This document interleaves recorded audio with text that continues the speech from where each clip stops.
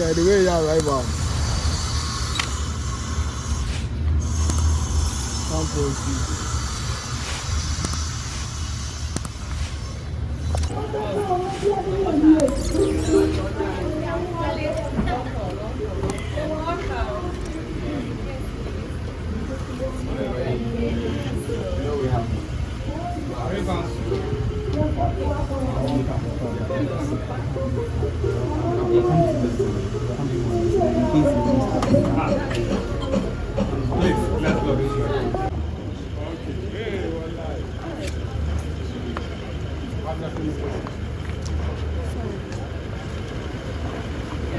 That you took this thing for him, the citation. Because he's leaving early.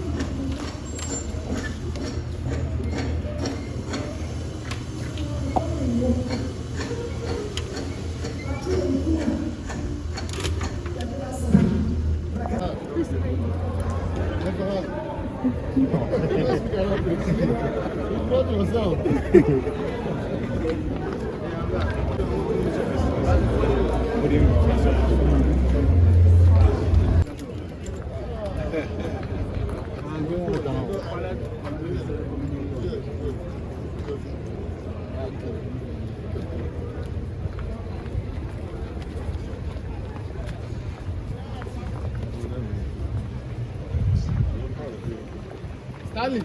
So we are in now. Stanley. So we get into the holding room, right? Are you there?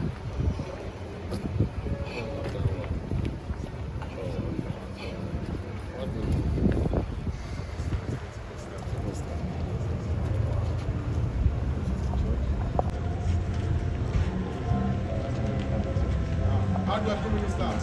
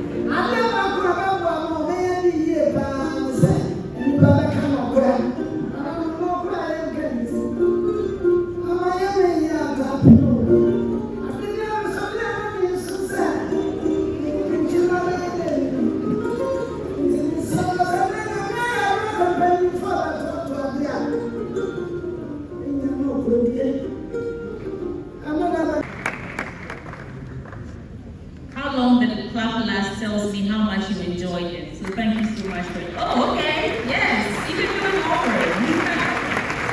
All right. So let me quickly also acknowledge the presence of Dr. Paul Wachidampa. I think he's left us.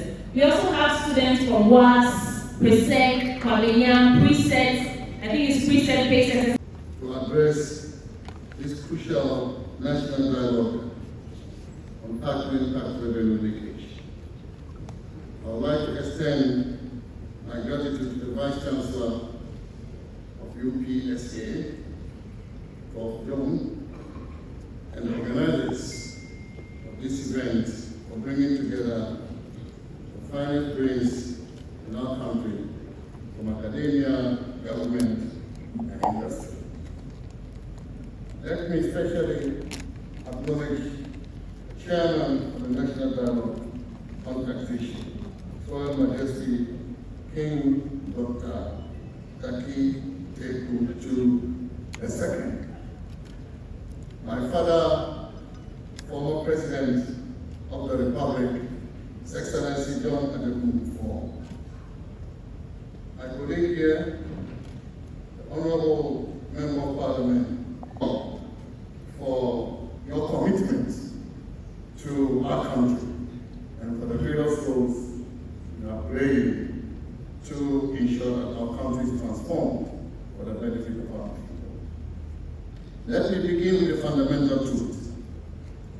The path to Ghana's economic independence runs directly through effective tax administration.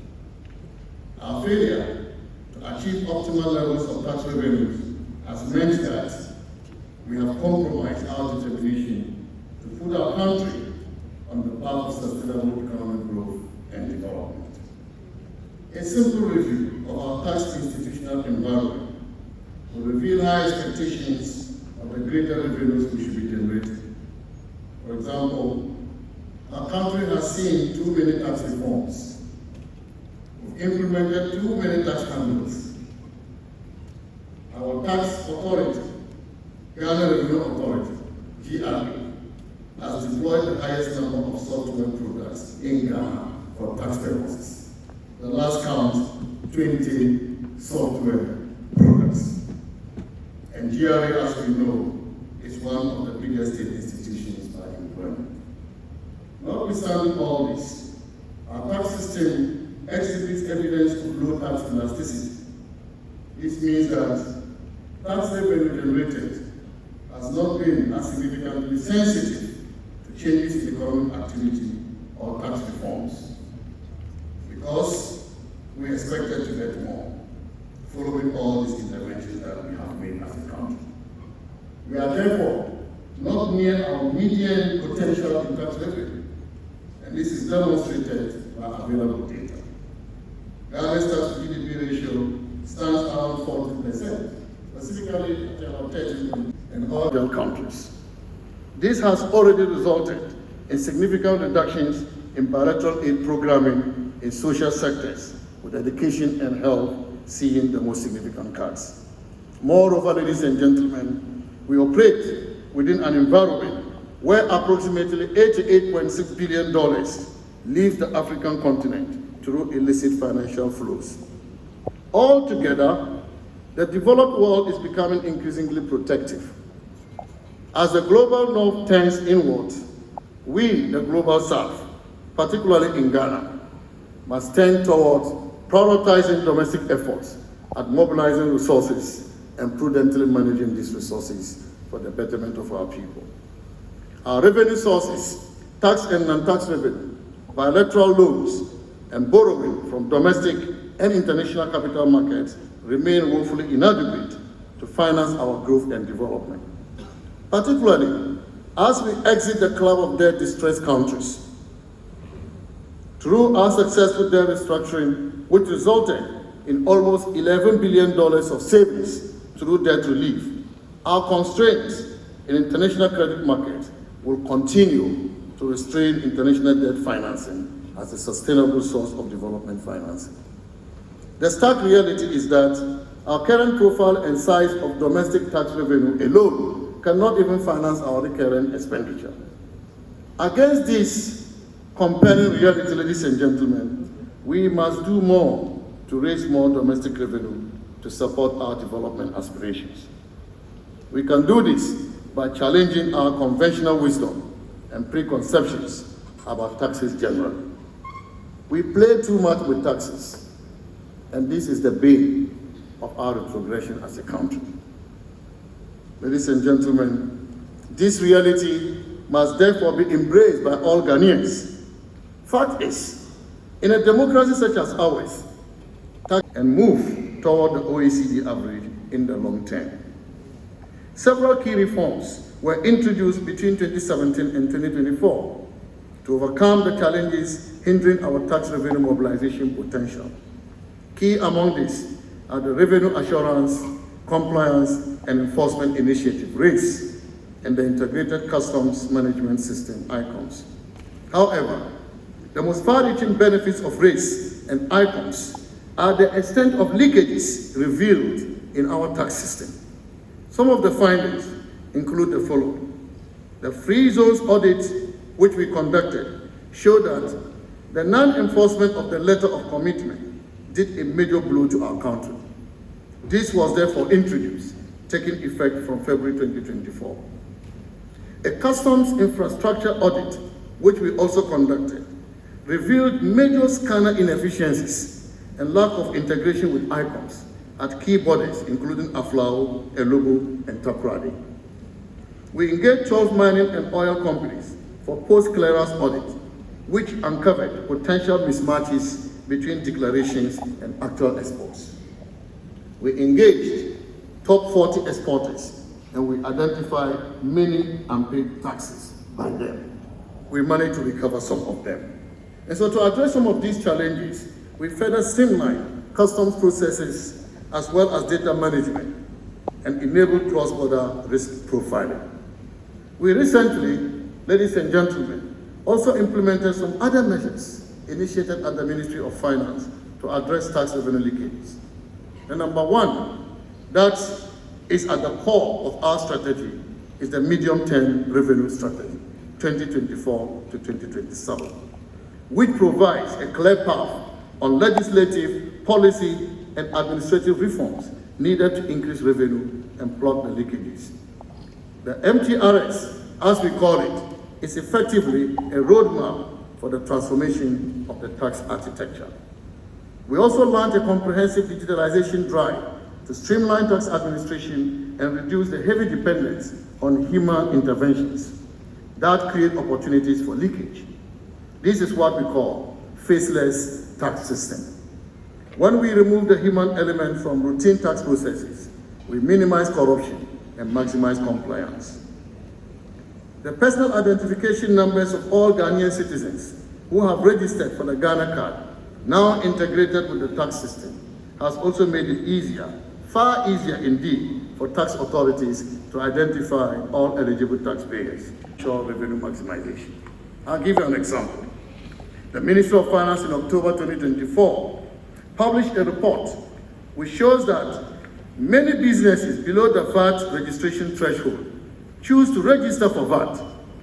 But the survey data also suggests that there are many businesses above the threshold that should register, but who do not. They don't register for VAT at all, and they are getting away free. And this is why you have a gap of 61%. Ladies and gentlemen, a significant share of registered taxpayers also fail to file their tax returns or file a null return with zero sales and purchases. This is one reason why improvements in both voluntary compliance and enforcement are an important part of Ghana's medium-term revenue strategy. Next one. Tax instruments are either introduced or abolished without careful consideration of their impact on revenue. For example, tax compliance measures and widening the tax net could, whilst requiring investments, lead to correction in tax revenue leakages. We know that tax increases can lead to higher costs for businesses. We know that tax increases can reduce the disposable income for individuals. And also we know that tax increases can slow down economic growth. They can also create political unrest, as we have seen in our history in Ghana. Our government, the previous MPP government, had to suffer from the increased taxes and introduction of new ones in 2023. But this was required because we had to address a huge fiscal adjustment to meet the IMF primary balance target of 0.5% deficit on commitment basis. This adjustment involved a fiscal effort of 4 percentage points of GDP that year. That was a huge adjustment. And Ghanaians really did well by actually enduring this. It was a huge adjustment, and I admit that. But the political consequences have been felt. Just as the political consequences of IMF-induced tax increases have become a feature of our political history, as we saw in 2016, recommending efforts at broadening the tax base, reducing arbitrary exemptions, simplifying the tax code, and giving greater emphasis on corporate tax and property tax. I have a few issues to raise to end my speech, which are emerging issues that have implications for domestic revenue. Number one is climate finance. The displacement of fossil fuel, including oil and gas, through accelerated energy transition, would therefore affect revenue flows from oil activity. We must be decisive on our approach to the exploitation of our oil reserves as investment in this industry continues to decline. We must also take a strategic position on green investment financing. This investment, as we know, requires tax incentives to become bankable. They are always asking for tax incentives before they become bankable, thus effectively undermining domestic revenue mobilization. We must therefore adopt green technologies and investments that are revenue neutral. In other words, we must have a strategy to recover potential lost revenue through graduated tax lines over the project lifecycle. Number two issue is global trade wars. We are in the era of trade wars because of the new tariffs imposed by the United States of America. Tariffs on imports from Ghana reduces the competitiveness of made-in-Ghana products on US markets. But reducing the profitability of Ghanaian exporters also means reducing tax revenue for our country. Some countries, like China and Canada, have also imposed reciprocal tariffs on the United States of America. And there are suggestions that Africa must also follow. Can we do that, Africa? Given the obsession in Ghana for imported products, this will reduce the disposable income of Ghanaians, thus leading to lower consumption and lower consumer tax revenue. This is my reasons why I do not encourage Ghana to retaliate. In conclusion, I see you're coming. I want to emphasize that when we can finance our own development, we dictate our own terms and set our own priorities.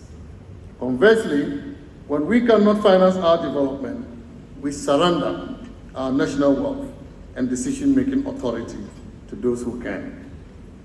That is why the vision we must aim for is a Ghana that is truly self-reliant and self-sufficient. Ladies and gentlemen, we must work together to either strengthen tax compliance today or continue sacrificing our resources and sovereignty tomorrow. Viewed within this lens, the recommendations from today's dialogue must translate into concrete actions that transform our tax administration system. Your Majesty Chairman, distinguished guests, I hope that this national dialogue will set the scene for concrete decisions and be remembered for the transformative actions that will follow from this platform. I have no doubt we will achieve this because I know very well the panel assembled to do justice to this subject. On this note, let me thank you all once again. May God bless all of us and may God bless our country, Ghana. Thank you so much, Honorable Dr. Mohammed Amin Adam, former Minister of Finance for the Republic of Ghana. Doc, we have to take some tax from you because you took so much of our time. Do you agree? All right, so let's take a brief remark now from the Member of Parliament for Medina, Honorable Francis Javier Susu. If you're here, it's time for us to hear from you now. Let's welcome you with a round of applause. And please do this for us in 5 minutes. Thank you.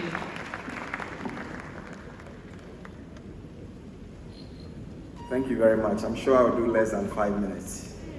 As you are all aware, yesterday's rains caused havoc in my constituency, so we are still on a tour, just inspecting people who have struggled through the night and trying to provide them with some support. So I would beg that I'll do this under 5 minutes. And also to beg Nanache and all the invited guests that after my brief remark, I'll ask permission so I can be on the field with those who are struggling.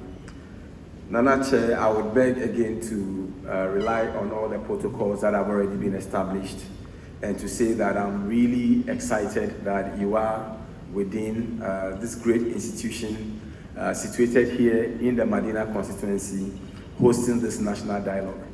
It is a very, very significant dialogue because recently I had the opportunity to come out of this gathering would definitely be implemented to ensure that we shore up tax revenue in Ghana. Thank you very much. God bless you. Thank you so much, Member of Parliament for Medina, Francis Javier Susu, and thank you for doing it under 5 minutes. Another round of applause for him. Now, this is refreshing because for the first time this afternoon, we are going to hear from a woman. I thought you would clap for that. Yes. The men have been pouring into us, and it's time for us to hear from a woman. Ladies and gentlemen, help me welcome on stage the Deputy Commissioner of Ghana Revenue Authority, Elsie Apau Esquire, to give us his special address for us this afternoon in her lovely colors. Oh, you're representing Purple Month, aren't you? Yes, you see the women, we know how to do it. Another round of applause for her. 10 minutes. Thank you very much, MC. Former Finance Minister has agreed to pay his tax for overusing the time this afternoon, and we are ready to collect same. Thank you very much for